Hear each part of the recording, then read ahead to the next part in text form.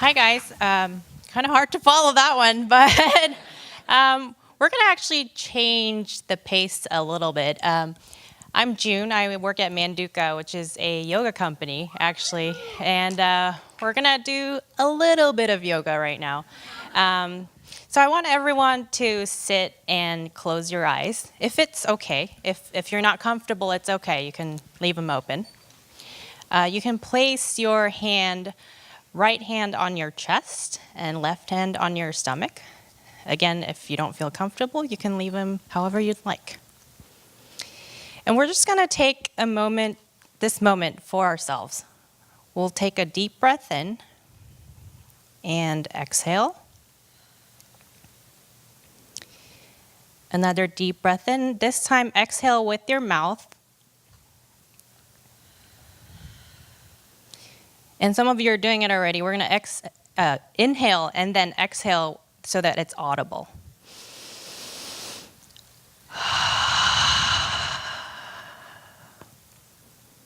All right, so I think you guys are maybe now ready for my story. So I had a really difficult time actually preparing for this because I was trying to avoid the stereotypical, oh, I live in a patriarchal society, or like, oh, I'm an immigrant and I moved from wherever. But you know when you tell yourself not to think about certain things, that's all you think about? So those are exactly the two things I'm going to talk about today. And I don't really have a cool aha moment where it struck and where I was like, you know what, this is where I got my life figured out. And the truth is, I'm still trying to figure it out, and I think many of us still are. And so my story is going to be more about how I got here and how it's okay to be lost and how it's okay to wander. So I was born in Seoul, and yes, still is, but at the time was very male dominant. And my mom stayed at home, and my dad worked. So as you can see, it's a very patriarchal society. And my parents did a good job, though, of trying to raise me a very independent, strong woman.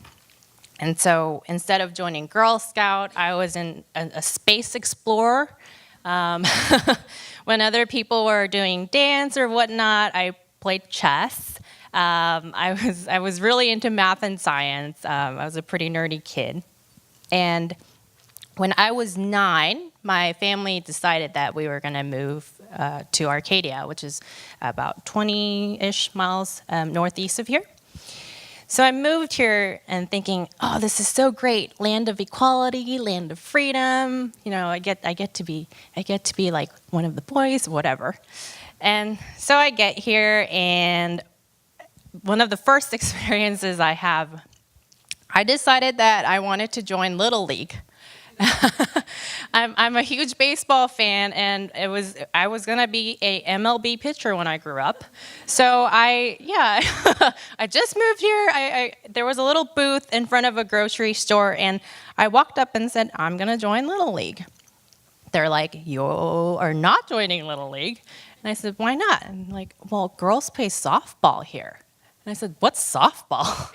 I only watch baseball. And for 2 days straight, I cried because they didn't let me join Little League. So it was a very disappointing moment. I moved here thinking that, everything was going to be great. And then I got turned down, can't play baseball. So that kind of made me work even harder to compete with the boys and be one of them. At one point, I even had a bowl cut, glasses, and was a total tomboy. I was a late bloomer.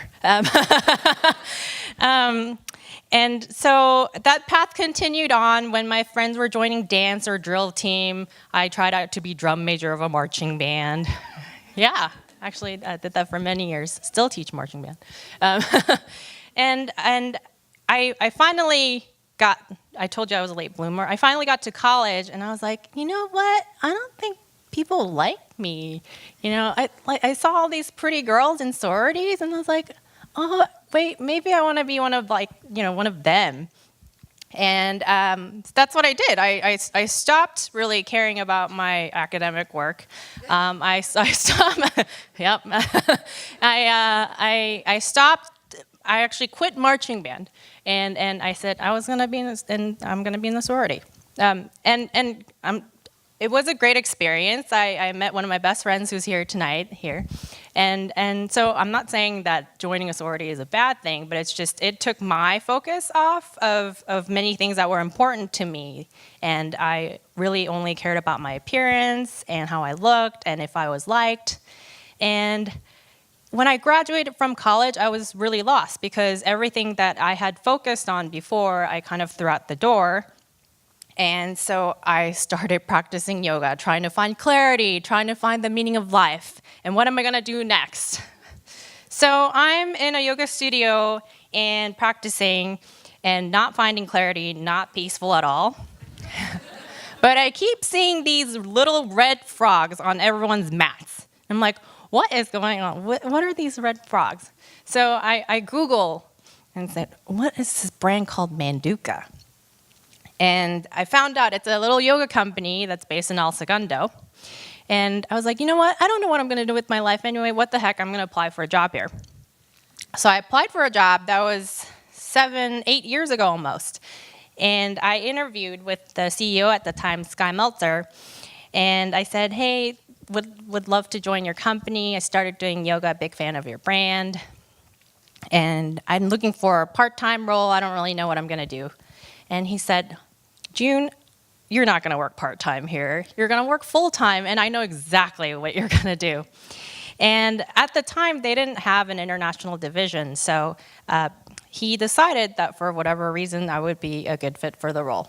And because, because of his trust and confidence in me, it really instilled this accountability and responsibility. And I said, you know what, I'm going to make this happen. And so I did. And so for the next 7.5 years, and even to this afternoon, I've been busting my butt and trying to make this international business for Manduka happen.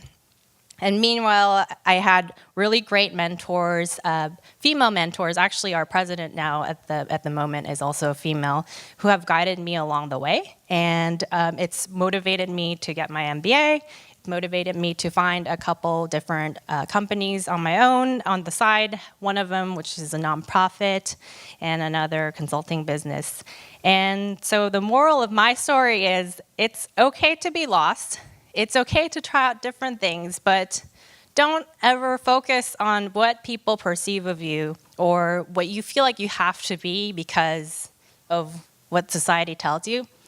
It's okay to be lost, try it out, but keep finding yourself, keep searching, and it'll work out.